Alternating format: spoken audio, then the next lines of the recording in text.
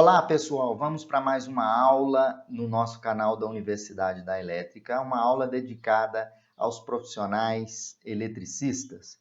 Tenho observado em várias inspeções elétricas que alguns profissionais têm conceito incorreto sobre a seção dos condutores na hora que vai elaborar uma emenda. É mito emendar um condutor. Se o condutor tem um comprimento menor, alguns eletricistas acham que quanto menor o comprimento do condutor, menor é a sua seção. Isso é mito. Eu vou apresentar para vocês na aula de hoje o que é correto. É mito dizer que condutor com comprimento menor, a seção é menor. Está incorreto. Eu tenho encontrado várias emendas em quadros elétricos com esse conceito incorreto. Então, a aula de hoje eu mostro o correto para vocês. Fiquem ligados no canal da Universidade da Elétrica. Pessoal, o foco na nossa aula de hoje é o que vocês estão vendo aqui, olha. A aula A281. É mito achar que quanto menor o comprimento do condutor, menor é sua seção. Por que eu resolvi elaborar essa aula? Durante nossas inspeções elétricas, eu tenho observado que alguns profissionais têm esse conceito incorreto. É mito achar que quanto menor o tamanho do condutor, menor o comprimento dele ali, menor é sua seção. Vamos observar por que é mito e vamos procurar fazer as emendas com seções adequadas. Primeiramente, para a gente entender, nós temos duas leis que regem a eletricidade. São as primeiras, a primeira e a segunda lei de Ohm. A primeira lei de Ohm, ela estabelece que a tensão elétrica em um condutor ou em uma carga é a resistência vezes a intensidade de corrente, onde a intensidade de corrente elétrica é medida em amperes e o potencial ou a tensão elétrica é medida em volts, tá? Corrijam aí, volts. Então, essa seria a nossa primeira lei de Ohm. Então, a tensão é a resistência vezes a corrente. A segunda lei de Ohm, ela estabelece o seguinte: um determinado condutor, sua resistência elétrica é ρ, onde ρ é a resistividade do cabo, não é, que é dada em ohms por milímetro quadrado por metro. Com o cobre, por exemplo, tem uma resistividade 1/56 ohms milímetro quadrado por metro. L é o comprimento do condutor e S é a seção transversal desse condutor. Podemos observar, quanto maior a seção do condutor, para um comprimento fixo, menor é a resistência do condutor. Menor sendo a resistência, menor será a queda de tensão no cabo, porque a queda de tensão pode ser calculada pela resistência do cabo, que é calculada aqui, vezes a corrente. Então, se o comprimento do cabo diminui, o que vai acontecer é a diminuição da resistência e não a diminuição da seção do condutor. Essas duas leis mostram para vocês. Então, tá aqui, olha. Se o comprimento do cabo aumenta, sua resistência aumenta. Se o comprimento do cabo aumenta, sua resistência aumenta. Tá aqui, olha. Quanto maior o comprimento, maior a resistência do cabo.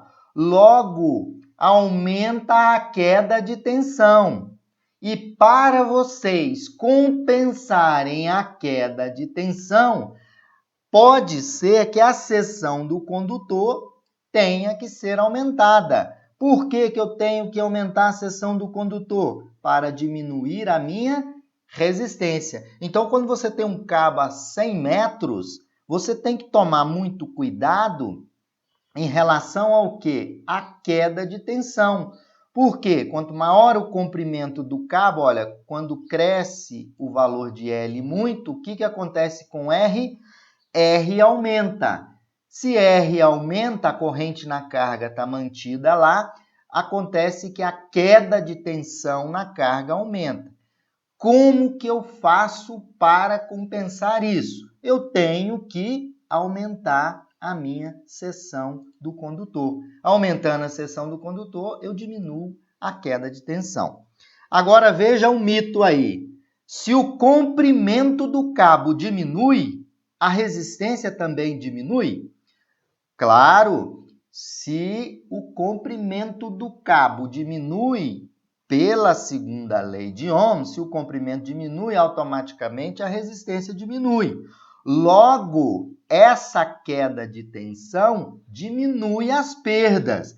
Porém, sua seção transversal desse condutor deve acompanhar a corrente drenada pela carga. Se você tem um cabo de 10 milímetros, acha que lá no quadro eu tenho que fazer uma conexão com barramento e essa conexão é 10 centímetros, se você acha que você pode fazer essa conexão com um cabo de 6 milímetros, você está agindo de forma inadequada e incorreta, cometendo um erro. Porque quando diminuímos o comprimento do cabo, apenas vamos diminuir a resistência e a queda de tensão. Eu não tenho que diminuir a seção do condutor. Eu não tenho e nem posso. Por quê? A corrente que vai passar pelo condutor é a corrente que a carga está drenando. Então, vamos no nosso exemplo aqui.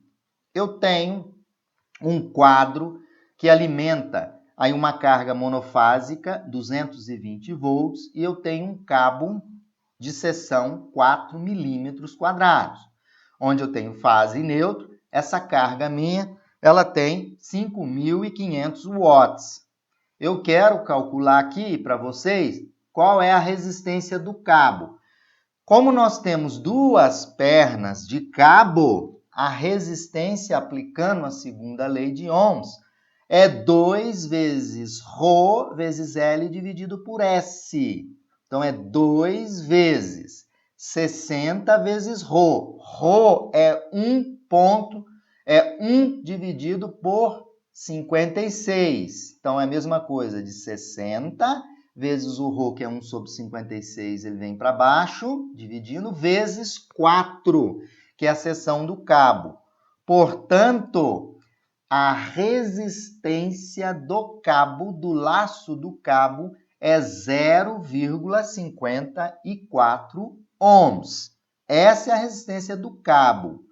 Qual é a corrente nominal da carga?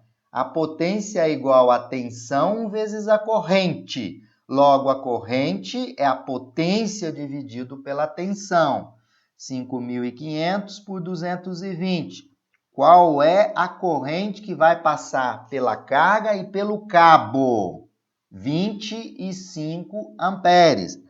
Logo, eu posso dizer qual é a queda de tensão nos cabos. A resistência não é 0,54 vezes 25, eu tenho uma queda de tensão de 13,4. A minha carga continua drenando 25 amperes. Só que eu tenho uma perda no cabo que me dá uma queda de tensão de 13,4. Eu vou fazer a mesma situação agora com o cabo também continuando de 4 milímetros, só que é a mesma carga, só que o comprimento do cabo diminuiu. Então, vamos achar a resistência do cabo. É 2 vezes ρ vezes L sobre S. É 2 que multiplica o comprimento, 0,4 vezes o ρ. O ρ é 1 sobre 56 vezes 4. A resistência do cabo, pessoal, é 0,0036. A resistência diminui. Obviamente, a corrente drenada pela carga, pessoal, é a mesma. Eu não mudei a carga, ela é a mesma. Eu só cortei e o cabo ficou menor. Então, a corrente na carga continua assim, que 500 por 220, 25 amperes. O que aconteceu nesse caso? Apenas a redução na queda de tensão. A queda de tensão passou a ser 0,036 vezes 25, 0,089 volts. Porém, a seção do condutor, tanto para um cabo de 60 metros, nesse exemplo, quanto para um cabo com 0,4 metros, a corrente que vai circular é a mesma. O que muda é a queda de tensão. A seção do condutor, quando eu reduzo o comprimento, eu não posso reduzir a seção do condutor, pessoal. A seção do condutor tem que ser mantida a mesma. Em casos que a queda de tensão é muito elevada, eu mostrei que nós temos que aumentar a seção do condutor e nunca diminuir a seção do condutor, porque diminuiu a distância. Isso vai contra a primeira e a segunda lei de Ohm. Bom, então aonde que eu quero chegar? Em várias situações que a gente encontra nas instalações elétricas. Vocês podem observar que eu tenho nesse quadro um disjuntor geral, alimentado por um cabo de 10 milímetros. O que eu tenho visto é o seguinte, esse cabo, ele vem lá do medidor, e ele passa pelo disjuntor e ele vai conectar nesse dispositivo DR aqui. O que eu tenho observado, nós temos observado muito, é o seguinte, se a seção aqui é 10 milímetros, pessoal, é óbvio, quanto que tem que ser a seção aqui na saída? Também 10 milímetros. Alguns profissionais acham que, como o cabo tem uma pequena distância aqui, ele pode usar um cabo de 6 milímetros. Está incorreto.